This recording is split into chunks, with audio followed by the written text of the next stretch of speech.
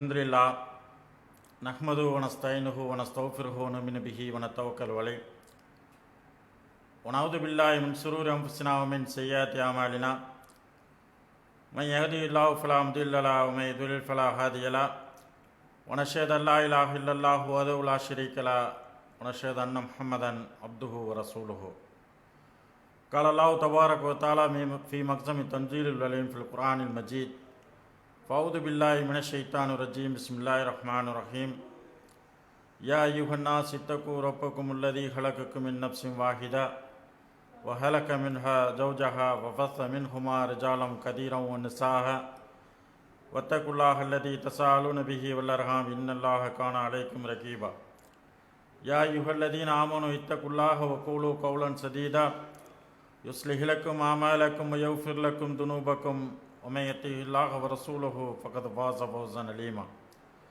يا أيها الذين آمنوا اتقوا الله حق تقاته ولا تموتن إلا وأنتم مسلمون وقال أيضا إن الله وملائكته يصلون على النبي يا أيها الذين آمنوا صلوا عليه وسلموا تسليما فقال نبينا صلى الله عليه وسلم من صلى عليه صلاة واحدة صلى الله في عشرة اللهم صل على محمد وعلى آل محمد كما صليت على إبراهيم وعلى آل إبراهيم إنك حميد مجيد اللهم بارك على محمد وعلى آل محمد كما باركت على إبراهيم وعلى آل إبراهيم إنك حميد مجيد أما بعد கண்ணியத்திற்குரிய எல்லாம் அல்ல அல்லாஹ் ஜல்லஷானு தஆலாவின் நல்லடியார்களே, அன்பிற்குரிய சகோதரர்களே,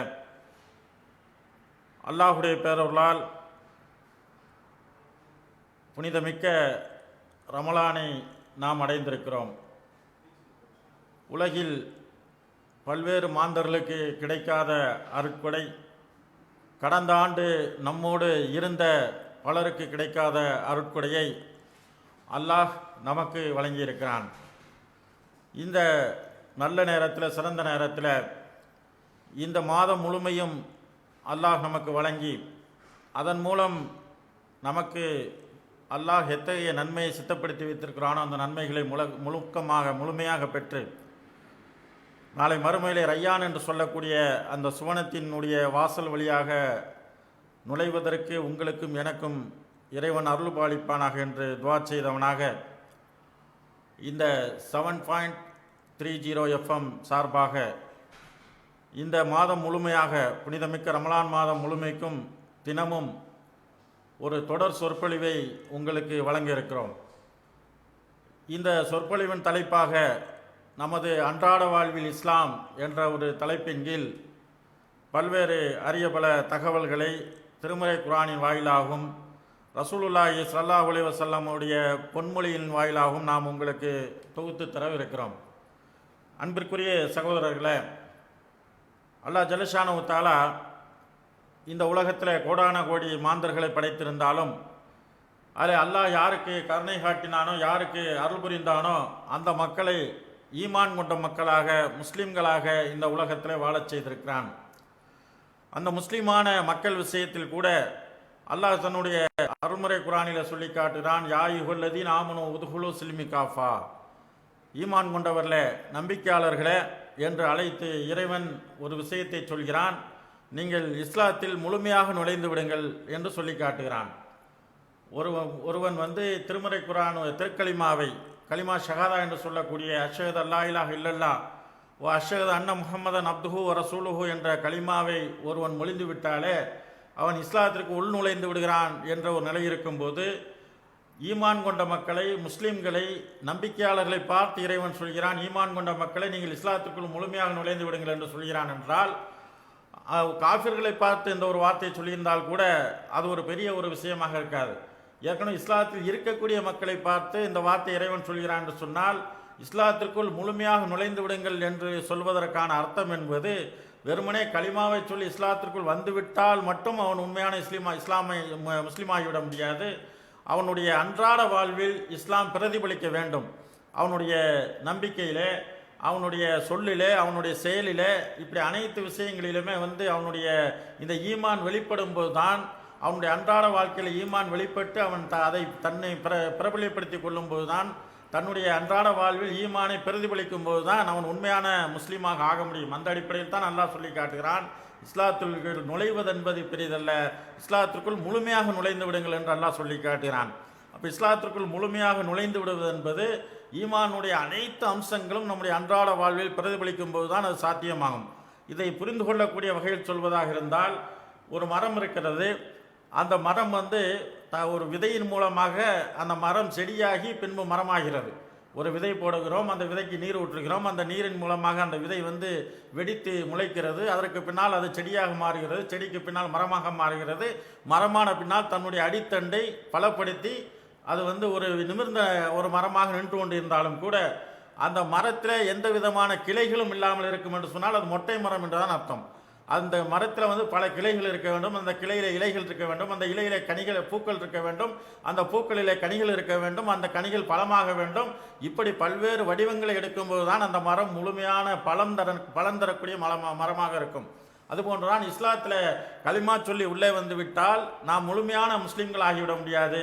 நாம் உள்ளே வந்து விட்டாலும் உள்ளே வந்த பின்னால் நாம் கடைபிடிக்க வேண்டிய செயல்களை, பேச வேண்டிய விஷயங்களை, நம்ப வேண்டிய விஷயங்களை நம்பி அந்த அன்றாட அந்த 3 அம்சங்கள் நம்முடைய வாழ்வில் பிரதிபலிக்கும் போது தான் நாம் முழுமையான முஸ்லீம்களாக ஆக முடியும் என்பதை நாம் திருமறை குர்ஆனிலிருந்தும் ஹதீஸ்களிலிருந்தும் நம்மால் அறிந்து கொள்ள முடியும்.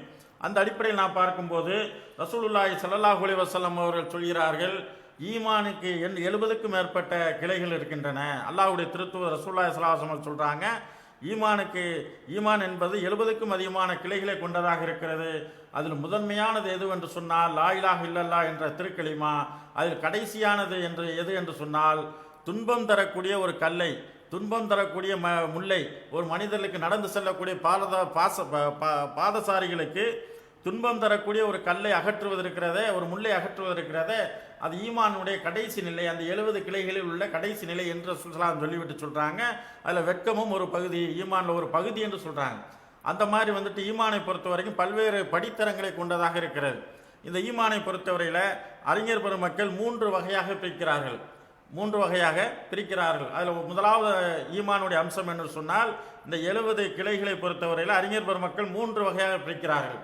அதில் முதல் வகை என்ன என்று சொன்னால் நம்பிக்கை சார்ந்த விஷயங்கள். ஈமானுடைய பகுதியில் முதல் பகுதி நம்பிக்கை சார்ந்த விஷயங்கள், இரண்டாவது பகுதி சொல் சார்ந்த விஷயங்கள், மூன்றாவது பகுதி செயல் சார்ந்த விஷயங்கள் என்று 3 வகையாக அறிஞர்கள் என்ன செய்கிறாங்க, பிரித்து காட்டுகிறார்கள்.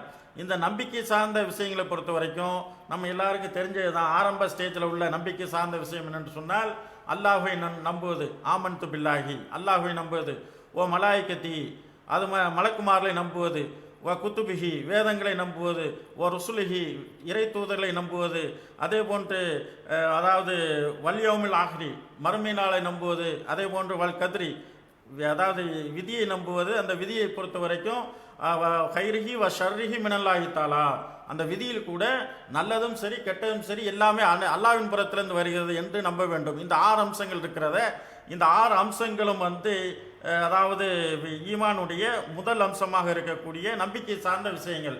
அதே போன்று இந்த ஈமானுள்ள இரண்டாவது அம்சங்களை எடுத்துக்கொண்டால் நாம் அதாவது சொல் சார்ந்த விஷயங்கள், நம்முடைய நாவிலிருந்து வெளியாகக்கூடிய சொல் சார்ந்த விஷயங்கள். அந்த சொல் சார்ந்த விஷயங்கள் என்று சொன்னால் நல்ல விஷயங்களை பேசுவது. முதலாவது சொல் சார்ந்த விஷயங்களில் நாம் எந்த ஒரு வார்த்தையை பயன்படுத்தினாலும் அதில் நல்ல விஷயத்தை பேசுவது, தீய விஷயங்களிலிருந்து தவிர்த்து கொள்வது, இது போன்ற நிறைய சொல் சார்ந்த விஷயங்கள் இருக்கிறது. அந்த சொல் சார்ந்த விஷயங்களில் ரசூலுல்லாஹி ஸல்லல்லாஹு அலைஹி வஸல்லம் சொல்கிறாங்க, நீங்கள் பேசினால் நல்லவற்றையே பேசுங்கள், அல்லது வாய்மூடியுங்கள் என்று சொல்கிறாங்க. அப்போ சொல் சார்ந்த விஷயத்தை நாம் பேசக்கூடிய எந்த ஒரு சின்ன சின்ன வார்த்தையாக இருந்தாலும் சரி அதில் நல்ல விஷயமாக இருக்க வேண்டும் என்பதை முதலாவது நாம் என்ன கவனத்தில் கொள்ள வேண்டும். நம்பிக்கை சார்ந்த விஷயத்தில் இந்த 6 அம்சங்களை நம்புவது முதல் அம்சம். இரண்டாவது சொல் சார்ந்த விஷயத்தில் நாம் பேசக்கூடிய ஒவ்வொரு வார்த்தைகளும் அது அல்லாஹ்வும் அவனுடைய தூதரும் பொருந்தி கொள்ளக்கூடிய வகையில் நாம் பேசக்கூடிய வார்த்தை என்பது நன்மை பெற்று தரக்கூடிய வகையில் இருக்க வேண்டும் என்பது இந்த சொல் சார்ந்த விஷயத்தில் உள்ள விஷயங்கள். மூன்றாவது அம்சம் என்ன என்று சொன்னால் செயல் சார்ந்த விஷயங்கள். அந்த செயல் சார்ந்த விஷயங்களை பொறுத்த வரைக்கும் நிறைய செய்திகளை நம்ம பார்க்க முடியும். நாம் அதைத்தான் பிரதானமாக எடுத்துக்கிற போகிறோம். இந்த அன்றாட வாழ்வில் இஸ்லாம் என்று சொல்லக்கூடிய இந்த தலைப்பின் கீழே நாம் எதை எடுக்க போகிறோம்னு சொன்னால் நம்பிக்கை சார்ந்த விஷயங்கள் நிறைய இருக்கிறது, அதே போன்று சொல் சார்ந்த விஷயங்கள் நிறைய இருக்கிறது, அதே போன்று செயல் சார்ந்த விஷயங்கள் என்பதில் தான் நாம் பிரதானமாக முன்னுரிமை கொடுத்து நாம் எடுக்க போகிறோம். ஏன்னு சொன்னால் நம்முடைய வாழ்க்கையில் செயல் சார்ந்த விஷயம் இடத்துல வந்துவிடும் என்று சொன்னால், நம்பிக்கை சார்ந்த விஷயங்களும் சொல் சார்ந்த விஷயங்களும் தானாகவே என்ன வந்துவிடும், நம்ம இடத்துல குடிகொள்ள ஆரம்பிச்சுவிடும். அப்போ நம்முடைய அன்றாட வாழ்க்கையில செயல் சார்ந்த விஷயங்கள் என்று எடுத்துக்கொண்டால், அந்த செயல் சார்ந்த விஷயங்கள் இன்றைக்கு நம்ம இடத்துல இருக்கிறதா? செயல் சார்ந்த விஷயங்களை பொறுத்த வரைக்கும் இன்றைக்கு நம்ம இடத்துல இருக்கிறா என்று சொன்னால், பெரும்பாலான மக்களிடத்தில், பெரும்பான்மையான முஸ்லீம்களிடத்தில் செயல் சார்ந்த விஷயங்கள் இல்லை என்பதுதான் உண்மை. அந்த அளவுக்கு தான் நம்முடைய வாழ்ந்துகிட்டு இருக்கோம். நம்ம என்னன்னு சொன்னால், பள்ளிவாசலுக்கு உள்ளே செல்லும் போது முஸ்லீமாக இருக்கிறோம், நோன்பு நோக்கும் போது முஸ்லீமாக இருக்கிறோம், நல்ல அமல்கள் செய்யும் போது முஸ்லீமாக இருக்கிறோம். அதிலிருந்து வெளியே வந்து விட்டால் உலக ரீதியாக சராசரி மனிதராக மாறிவிடக்கூடிய காட்சி நாம் பார்க்கிறோம். ஆனால் அந்த மாதிரி இல்லாமல் சகாபா பெருமக்களை பொறுத்தவரை எப்படி வாழ்ந்திருக்கான்னு சொன்னால், அவர்கள் எந்த அளவுக்கு என்று சொன்னால், அல்லாஹ்வுடைய தூதரோடு இருக்கும் போதும் இருந்த அதே போன்ற இறையச்சம் இருக்கும். அவர் அதை தாண்டி வெளியே வந்து அவர் அன்றாட குடும்ப வாழ்க்கையில் ஈடுபட்டாலும் சரி, வியாபாரத்தில் ஈடுபட்டாலும் சரி, கொடுக்கல் வாங்கலில் ஈடுபட்டாலும் சரி, இன்னும் அவர்கள் என்னென்ன அம்சங்களில் ஈடுபட்டாலும் அதிலெல்லாம் இறையச்சம் என்பது அவர்களோடு ஒட்டி கொண்டிருக்கக்கூடிய ஒரு செயலாக இருக்கும்.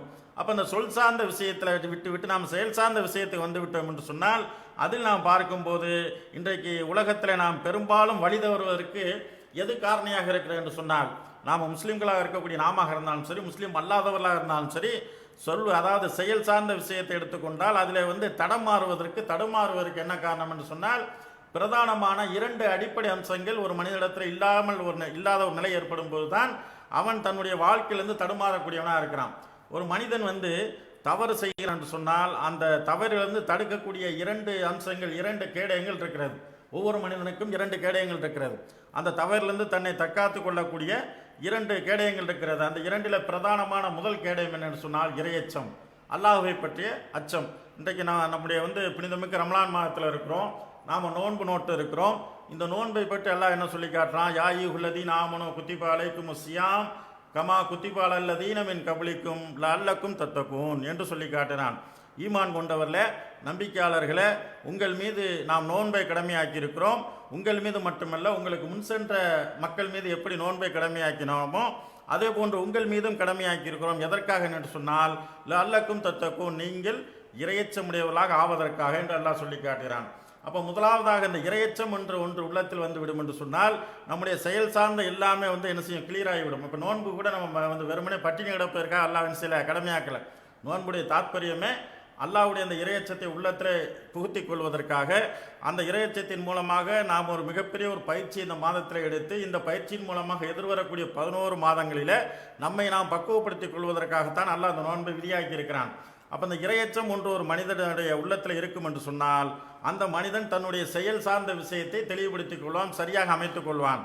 அதே போன்று இந்த இறையச்சம் என்பது ஒருவனிடம் இல்லை என்று சொன்னால், அவனுக்கு இரண்டாவது ஒரு அச்சம், இந்த இறையச்சத்தை தாண்டி இது பிரதான ஒரு அம்சம். இறையச்சம் என்பது செயல் சார்ந்த விஷயத்தில் தன்னை சீர்திருத்திக் கொள்வதில், சரிப்படுத்திக் கொள்வதில் பிரதானமான அம்சம் என்னென்று சொன்னால் இறையச்சம். இந்த இறையச்சம் இல்லாத ஒரு மனிதனாக இருந்தால் கூட அவனிடத்தில் இன்னொரு அச்சம் இருக்கும் என்று சொன்னால், இன்னொரு செயல் இருக்கும் என்று சொன்னால், அவன் தன்னுடைய தீமையிலிருந்து தன்னை காத்து கொள்ள முடியும். அந்த செயல் என்னன்னு சொன்னால் அதுதான் வெட்க உணர்வு. ரசூல் ஸல்லல்லாஹு சொன்னாங்களா இல்லையா, ஈமானிலே பிரதான அம்சமாக, ஈமானில் ஒரு பகுதியாக எதை சொன்னார்கள் என்று சொன்னால், இறை நம்பிக்கையுடைய பகுதியாக எதை சொன்னார் என்று சொன்னால் வெட்கத்தை சொன்னார்கள். இந்த வெட்கம் என்பது ஒரு மனிதத்தில் இருக்கும் என்று சொன்னால், அந்த வெட்கம் என்பது அவனை என்ன செய்யும் சொன்னால், தீமையிலிருந்து தடுக்கக்கூடிய ஒரு காரணியாக அமைந்துவிடும். இப்போ நாம் ஒரு தனிமையில் இருக்கும்போது, தனியாக இருக்கிறோம், யாரும் பார்க்கல, அல்லாஹ் பார்க்குறான்னு சொன்னால் நம்ம என்ன செய்வோம், சரியாக இருந்துடும். வெளியே எப்படி இருப்போமோ அதே போன்று தனிமையில் இருக்கும்போதும் அதே மாதிரி நம்ம இருந்து கொள்ள முடியும். அல்லாஹ் பார்த்து கொண்டு இருக்கிறான் என்ற பயம் சொன்னால் நம்ம இருந்து கொள்ள முடியும். அந்த அல்லாஹ்வுடைய பயம் இல்லை, அதே மாதிரி அந்த இறையச்சம் இல்லை கூட நம்மிடத்தில் வெட்கம் என்ற அந்த உணர்வு என்று சொன்னால், தனிமையில் நான் செய்யக்கூடிய தவறை எந்த பொதுமக்கள் மத்தியில் எந்த தவறை செய்ய மாட்டோமோ அந்த தவறை தனிமையில் இருக்கும்போதும் செய்ய மாட்டோம். வெட்கம் என்ற ஒரு உணர்வு இருக்கும்.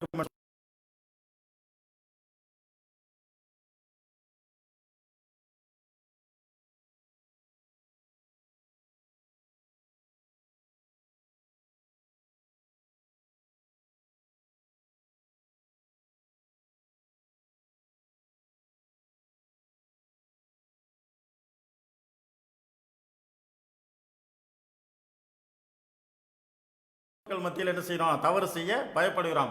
அதே வெட்க உணர்வு நம்மிடத்தில் இருக்கும் என்று சொன்னால், நாம் தனிமையில் இருந்தாலும் அந்த செயல் சார்ந்த விஷயத்தில் நம்ம என்ன செய்வோம், கண்காணித்து கொண்டு நம்ம சரிப்படுத்தி கொள்ள முடியும்.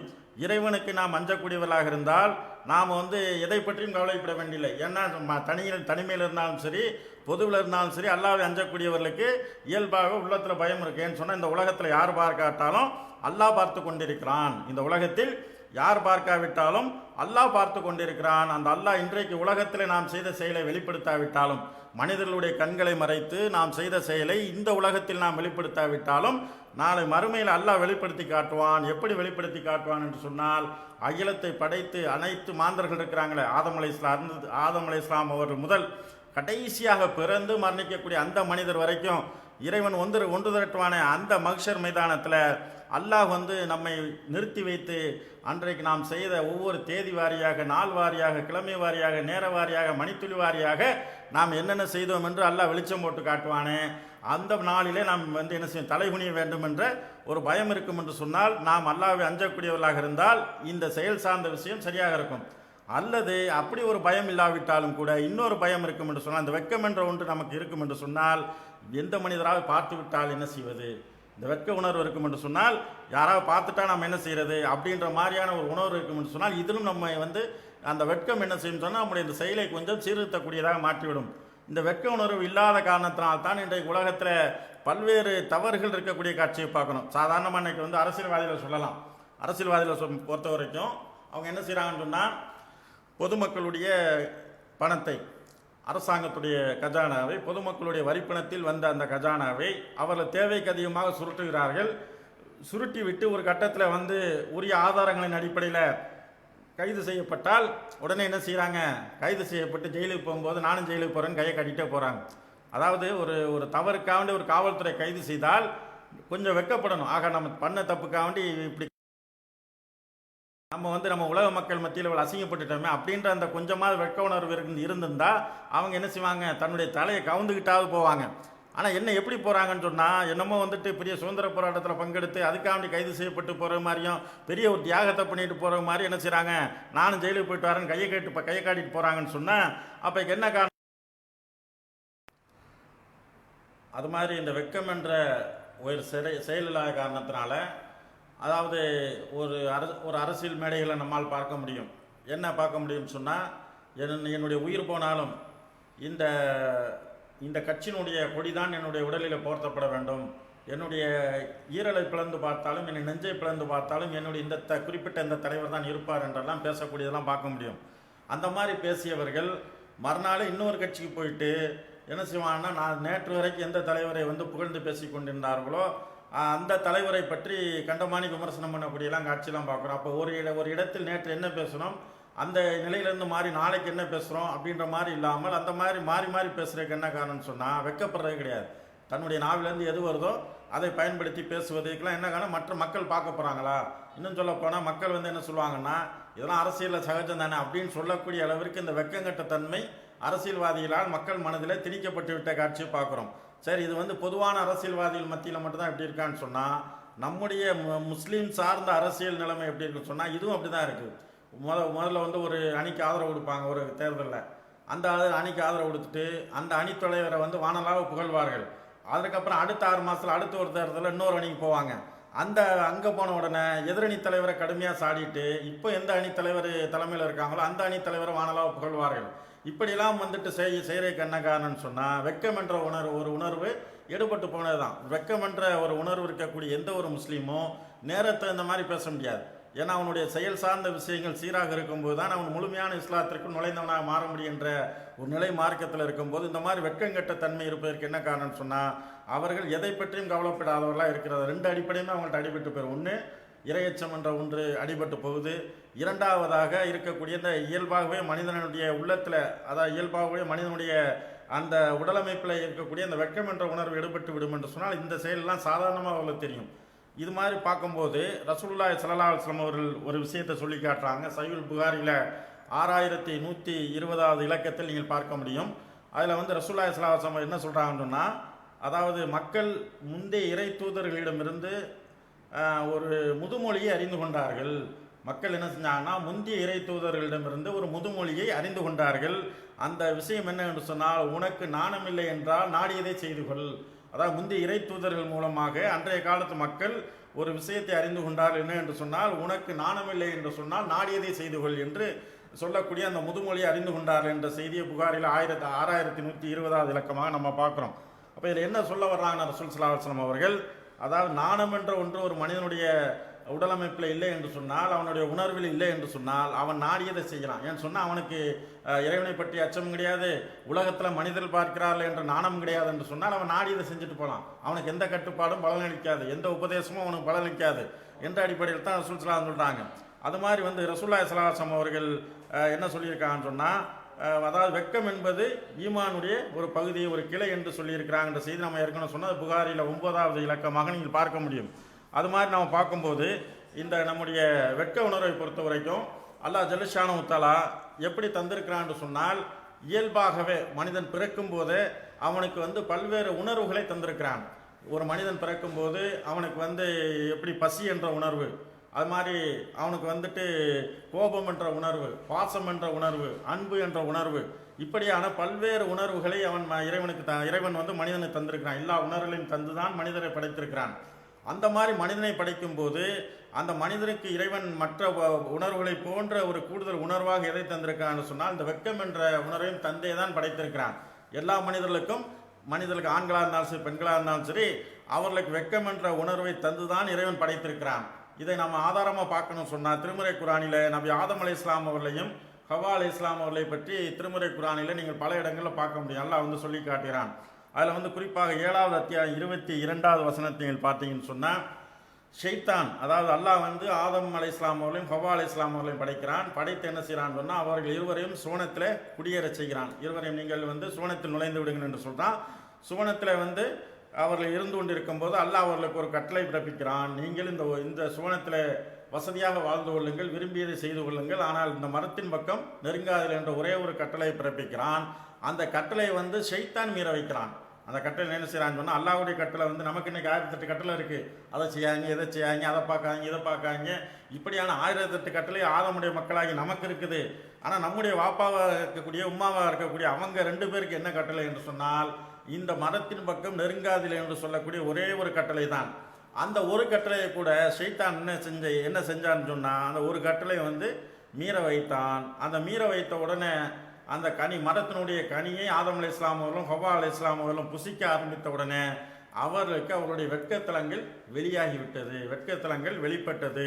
அப்படி வெட்கத்தலங்களை வெளிப்பட்ட உடனே அந்த தம்பதிகள் இருவரும், அதாவது நம்முடைய தாயார் ஹவ்வா அவர்களும் நம்முடைய தந்தை ஆதம் அலைஹிஸ்ஸலாம் அவர்களும் தங்களுடைய வெட்கத்தலங்கள் வெளிப்பட்ட உடனே என்ன செய்தார் என்று சொன்னால், சுவனத்திலே இருந்த இலைகளை பறித்து தங்களுடைய அந்த வெட்கத்தலங்களை மறைக்க முற்பட்டார்கள் என்று திருமறை குரானில் நாம் 7வது அத்தியாயம் 22வது வசனத்தில் நாம் பார்க்கிறோம். அன்பிற்குரியவர்களே, அந்த சுவனத்தில் வேறு யாரும் கிடையாது. சுவனத்தில் இருக்கிற 2 பேர் தான். ஆதம் அலைஹிஸ்ஸலாம் ஒன்று, ஹவ்வா அலைஹிஸ்ஸலாம் ஒன்று, 2 பேரும் தம்பதிகள் தான்.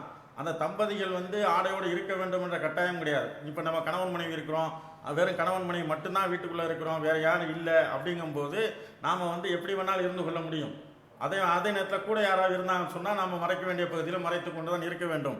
ஆனால் அதே போன்ற சுவனத்தில் நாம் பார்க்கும்போது, சுவனத்தில் ஆதம் அலைஹிஸ்ஸலாம் அவர்கள் ஹவ்வா அலைஹிஸ்ஸலாம் அவர்கள் 2 பேர் தான் இருக்கிறாங்க என்றாலும் கூட, 2 பேரும் தம்பதியில் தான் என்றாலும் கூட, அவர்களுக்கு வெட்கத்தலம் வெளிப்பட்ட உடனே அவர்கள் அப்படியே வேணா இருந்திருக்கலாம். என்ன செய்கிறாங்கன்னு சொன்னால், சுவனத்தில் உள்ள மரத்தினுடைய அந்த இலைகளை பறித்து தங்களுடைய வெட்கத்தலங்களை மறைக்க முற்பட்டார் என்று சொன்னால், மனிதனை இறைவன் படைக்கும் போதே மனிதனுக்கு இயல்பாகவே இறைவன் வெட்கத்தன்மையை வழங்கியிருக்கிறான். அந்த வெட்கத்தன்மை எதற்கு வழங்கியிருக்கான் என்று சொன்னால், அப்போதுதான் மனிதன் தன்னுடைய செயல் சார்ந்த விஷயத்தில் சீராக அமைத்துக் கொள்ள முடியும் என்பதற்காகத்தான் வழங்கியிருக்கான் என்பதை பார்க்குறோம்.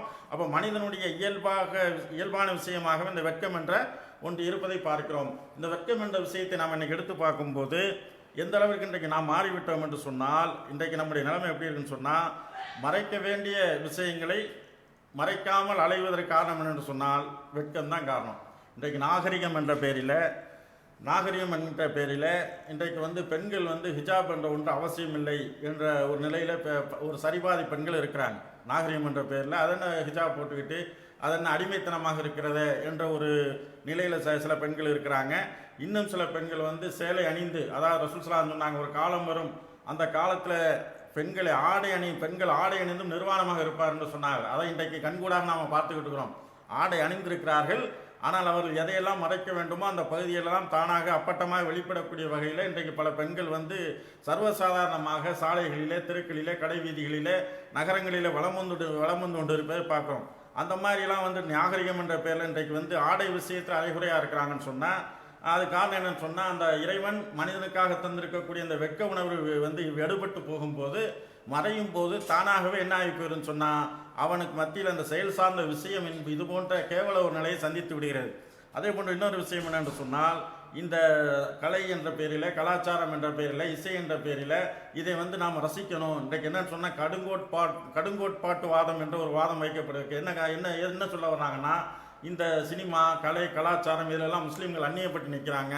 அந்தளவுக்கு வந்து முஸ்லீம்களுக்கு மத்தியில் கடுங்கோட்பாட்டு வாதம் நிலவுகிற என்ற ஒரு பேச்சுவார்த்தை இன்றைக்கு நடைபெற்று கொண்டு இருக்கிறது.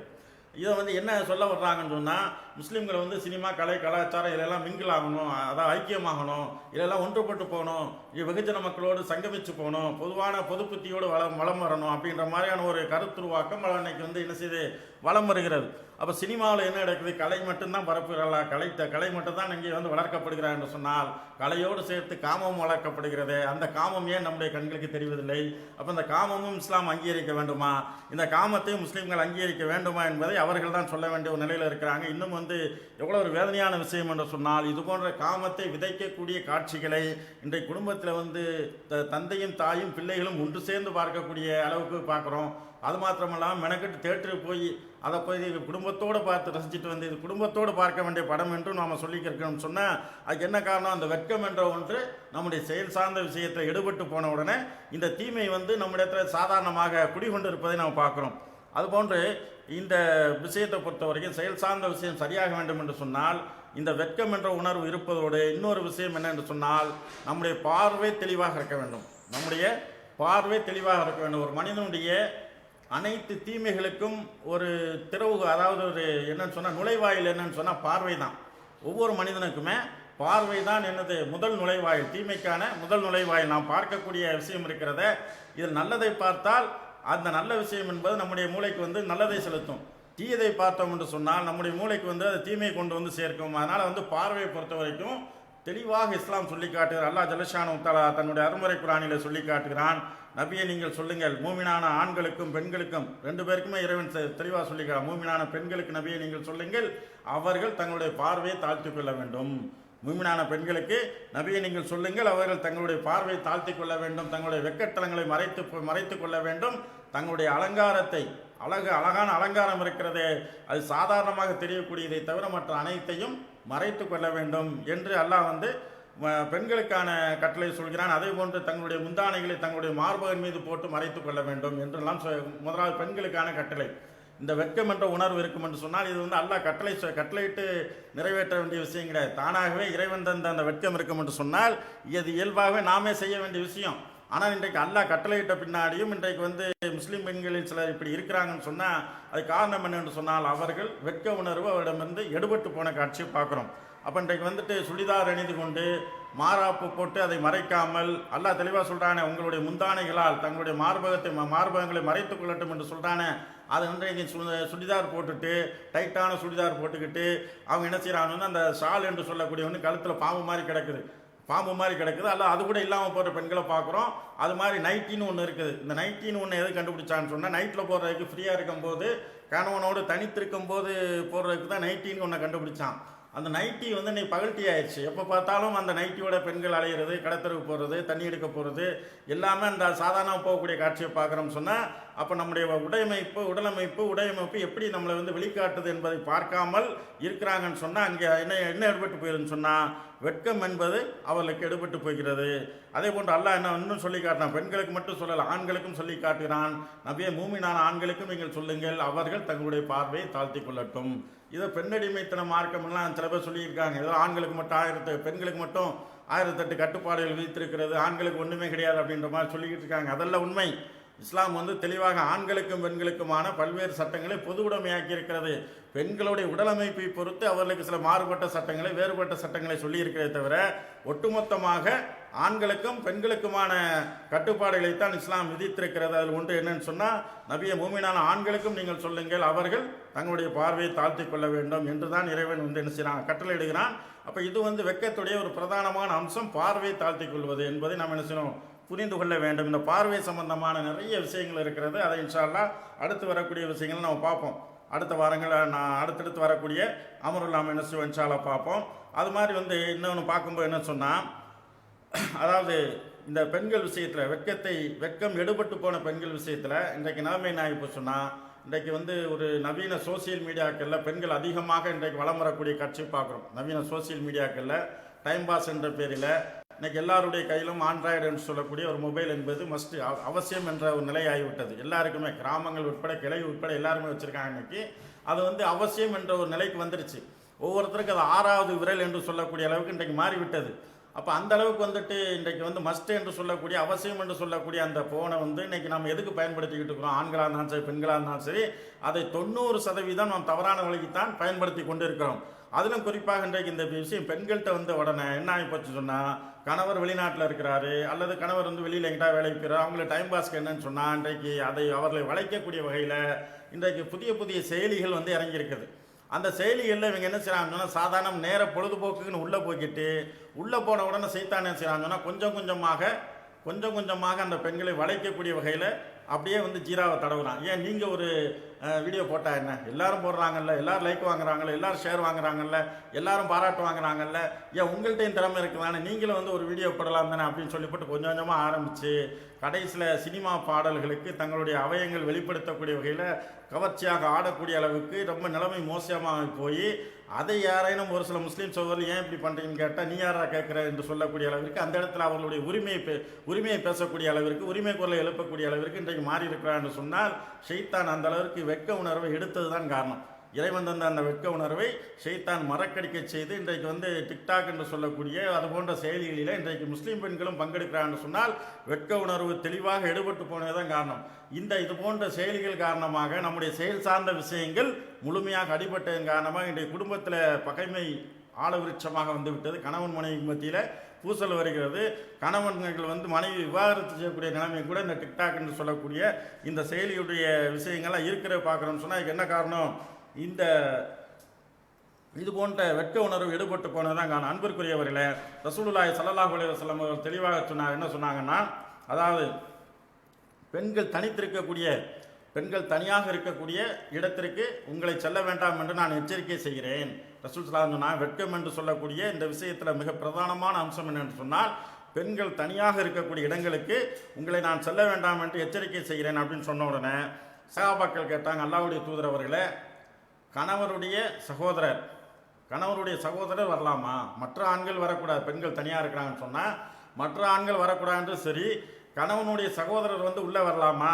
அந்த பெண்மணி தனியாக இருக்கும்போது கணவருடைய சகோதரர் வரலாமா அப்படின்னு கேட்ட உடனே ரசூலுல்லாஹி ஸல்லல்லாஹு அலைஹி வஸல்லம் சொன்னால், நீங்கள் மரணத்தை விரும்புகிறீர்களா? மரணத்தை விரும்புவீங்களா?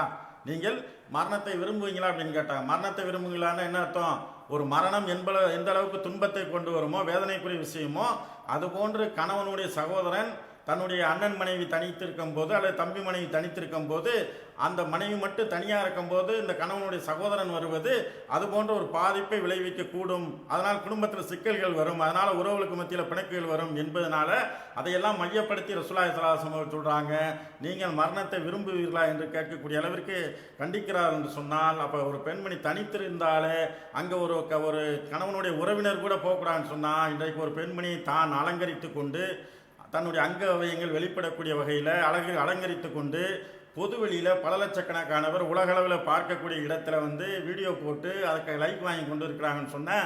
அப்போ என்ன காரணம்? வெட்க உணர்வு சுத்தமாக எடுபட்டு போய்விட்டது என்பதை நான் பார்க்குறோம். இதுக்கு என்ன இந்த மாதிரியான வெட்க உணர்வு எடுபட்டு போய்விடும் என்று சொன்னால், ஏற்கனவே ரசூல் ஸல்லல்லாஹு அலைஹி வஸல்லம் சொன்னது போன்று நாணம் இல்லையே நாடியதை செய்து கொள், அதுதான் இன்றைக்கு செய்து கொண்டிருக்காங்க. நாணம் என்ற ஒன்று இல்லாமல் போய்விட்ட காரணத்தினால் இன்றைக்கு நாடியதை செய்து கொண்டிருக்கக்கூடிய காட்சியை பார்க்குறோம். அன்பிற்குரியவர்களே, நம்முடைய செயல் சார்ந்த விஷயத்தில் இந்த வெட்க உணர்வு இந்த அளவுக்கு இருக்கிறது நாம் பார்க்குறோம். அதே மாதிரி நம்ம பார்க்கும்போது எந்த அளவுக்கு என்று சொன்னால், ரசூலுல்லாஹி ஸல்லல்லாஹு அலைஹி வஸல்லம் அவர்கள் எந்த அளவுக்கு வெட்கப்பட்டிருக்காங்கன்னு சொன்னால், ரசூலுல்லாஹி ஸல்லல்லாஹு அலைஹி வஸல்லம் அல்லாஹ்வுடைய தூதர் அவர்கள், அல்லாஹ்வுடைய அருள்குடையாக இருக்கக்கூடிய அல்லாஹ்வுடைய திருத்தூதர் ரசூலுல்லாஹி ஸல்லல்லாஹு அலைஹி வஸல்லம் அவர்கள் எந்த அளவிற்கு வெட்கப்படக்கூடியவர்களாக இருந்தார் என்று சொன்னால், அவர்களை பற்றி சஹீஹுல் புகாரில் 3562 இலக்கத்தை பார்க்கலாம். ரசூலுல்லாஹி ஸல்லல்லாஹு அலைஹி வஸல்லம் அவர்கள் எந்த அளவுக்கு வெட்கப்படுவாங்கன்னு சொன்னால், திரைக்குள் இருக்கக்கூடிய கன்னிப்பெண்ணை விடவும் அதிகமாக வெட்கப்படுவாங்க. அதாவது திரைக்குள் இருக்கக்கூடிய கன்னிப்பெண்ணை விடவும் அதிகமாக வெட்கப்படுவார்கள் என்று அந்த ஹதீஸ் அறிவிக்கக்கூடிய ஷுவாபா ரஹ்மத்துல்லாஹி அலைஹி அவர்கள் அறிவித்து விட்டு சொல்கிறாங்க, ரசூலுல்லாஹி ஸல்லல்லாஹு அலைஹி வஸல்லம் அவர்கள் எதையாவது ஒன்றை வெறுத்தார்கள் என்று சொன்னால் அவருடைய முகத்தில் தெரிந்துவிடும் அப்படின்னு சொல்கிறாங்க. அந்தளவுக்கு வந்துட்டு அல்லாஹ்வுடைய தூதர்கள் வெட்கப்படக்கூடியவர்களாக இருந்தார்கள். கோவப்பட்டாங்கன்னா முகம் சவந்துடும், ஏதாவது வெறுத்தாங்கன்னா அதுவும் அவங்களுடைய முகத்தில் தெரியும் என்ற அளவுக்கு கன்னிப்பெண்ணை விட அதிகமாக வெட்கப்படக்கூடியவர்களாக இருந்தாங்க என்று ரசூல் ஸல்லல்லாஹு அலைஹி வஸல்லம் இருக்கக்கூடிய அந்த நிலையை சஹாபா பெருமக்கள் அறிவிக்கக்கூடிய செய்தி நாம் பார்க்குறோம்னு சொன்னால், அல்லாஹ்வுடைய தூதர் அவர்கள் அந்த அளவுக்கு வெட்கப்பட்டிருக்காங்கன்னா நாம் இன்றைக்கு எப்படி இருக்கிறோம்? நாம் வாழக்கூடிய அன்றையை விட இன்னைக்கு தான் நம்ம வந்து அதிகமாக என்ன செய்யணும், வெட்கப்படணும். எல்லா விஷயத்தையும் எந்த விஷயத்தை செய்கிறதுக்கு முன்னாடியும் அதிகமாக இந்த காலத்தில் வெட்கப்படணும். ஆனால் இந்த காலத்தில் வெட்கத்தை விட்டு எல்லா காரியத்தையும் நம்ம செஞ்சுக்கிட்டு இருக்கிறோம். கன்னிப்பெண்கள் திரைமறைவில் இருக்கக்கூடிய கன்னிப்பெண்கள் எங்கேயாவது இருக்காங்களா? நீங்கள் ஒரு காலத்தில் பார்த்தீங்கன்னு சொன்னால் கிராமங்களில் என்னென்னு சொன்னால் நம்முடைய மாமி மக மாமா மக இந்த மாதிரி முறப்பொண்ணுகளை நம்ம பார்க்கணுன்னு போனோம்னு சொன்னால் நம்முடைய மாமா வீட்டுக்கு, தாய் மாமனுடைய வீட்டுக்கு அல்லது அத்தை வீட்டுக்கு, மாமி வீட்டுக்கு போனோம்னு சொன்னால் நாம் உள்ளே நுழையும் போது என்ன செய்வாங்கன்னா வாங்க மச்சான்னு ஒரு சத்தம் கேட்கும். அப்புறம் பார்த்தா ஆளே இருக்காது. கதவு பின்னாடி போய் ஒழிஞ்சிக்கிறோம், எங்கேயா போய் ஒழிஞ்சிக்கிறோம். வாங்க மச்சான்னு மட்டும் தான் சத்தம் தான் கேட்கும். பார்க்கவே முடியாது ஆளை. கடைசி வரைக்கும் கல்யாணம் முடிக்கிற வரைக்கும் பார்க்க முடியாது. கட்டிக்க போகிற பொண்ணாக இருந்தாலும் சரி, இன்னாருக்கு இன்னார் தான் பேசி வச்ச பொண்ணாக இருந்தாலும் சரி, அந்த பெண்கள் என்ன செய்ய முடியாது, நம்ம கல்யாணம் முடிக்கிற வரைக்கும் என்ன செய்ய முடியாது, நிறைய பார்க்க முடியாது. அந்த அளவுக்கு வந்து வெக்க உணர்வு அன்னைக்கு இருந்துச்சு. இன்னைக்கு அப்படி இல்லை. நம்ம வாசல் படியில் கால் வைக்கிறதுக்கு முன்னாடி வாங்க போய் என்ன வந்து இவ்வளோ நாள் ஆச்சு எங்கள் வீட்டு பக்கம் ஆளே காணா அப்படின்னு கேட்கக்கூடிய அளவுக்கு இன்றைய பெண்களுடைய நிலைமை மாறி போச்சுன்னா என்ன காரணம்? அந்த திரைமறைவில் இருக்கும்போது இருந்த வெக்கம் இன்றைக்கு வெளியே வந்த உடனே இன்றைக்கி வெளியே நடமாடலாம், சாதாரணமாக போகலாம் வரலாம் அப்படின்ற மாதிரியான ஒரு நிலை வந்த உடனே இன்றைக்கு இந்த வெக்க உணர்வு எடுபட்டு போன காட்சியை பார்க்கணும். அன்றைக்கெல்லாம் பார்த்தோம்னு சொன்னால் ஒரு பெண் வயசுக்கு வந்து விட்டால் அந்த பெண்ணை திருமணம் முடித்து கொடுக்குற வரைக்கும் என்ன செய்ய மாட்டாங்க, வெளி பகுதியில் அதிகமாக அனுப்ப மாட்டாங்க. தெருவிலெல்லாம் போக முடியாது, வர முடியாது, பகலில் வெளியே போக முடியாது. அவருடைய இயற்கை தேவை கூட என்ன செய்வாங்க, அதாவது சூரியன் மறைந்த பின்னால் தான் இயற்கை தேவை கூட வெளியெல்லாம் போவாங்க. பகல்லாம் வெளியில் நடமாட மாட்டாங்க. ஏதாவது வாங்கினா கூட சின்ன பையனை விட்டு கடைக்கு விட்டு அனுப்பி வச்சு வாங்குவாங்க. இப்படிலாம் ஒரு காலம் இருக்கும்போது என்ன இருந்துச்சு, வெக்க உணர்வு அதிகமாக இருந்துச்சு. இன்றைக்கி எல்லாமே வயசுக்கு வந்துட்டாங்களா, 4 நாள் தண்ணி ஊற்றுறாங்களா, 5ஆவது நாள் ஸ்கூலுக்கு போன அனுப்பி வைக்கிறாங்க, அல்லது வெளியில் எங்கேயாவது போன அனுப்பி வைக்கிறாங்க. அது வந்து என்ன இப்போ சொன்னால் அவர்கள் மத்தியில் இருக்கக்கூடிய அந்த வெக்க உணர்வை கொஞ்சம் கொஞ்சமாக மாற்றி விடுகிறது. இதுதான் இந்த பாதிப்பிற்கான ஒரு காரணமாக நாம் பார்க்கிறோம். ஆனால் ரசூலுல்லாஹி ஸல்லல்லாஹு அலைஹி வஸல்லம் அவர்கள் திரைமறைவில் இந்த நம்முடைய செயல்பாட்டில் வந்துவிடும் என்று சொன்னால் நம்முடைய செயல்பாடு சீராக இருக்கும் என்பதை நாம் புரிந்து கொள்ள வேண்டும். இன்னும் இந்த அன்றாட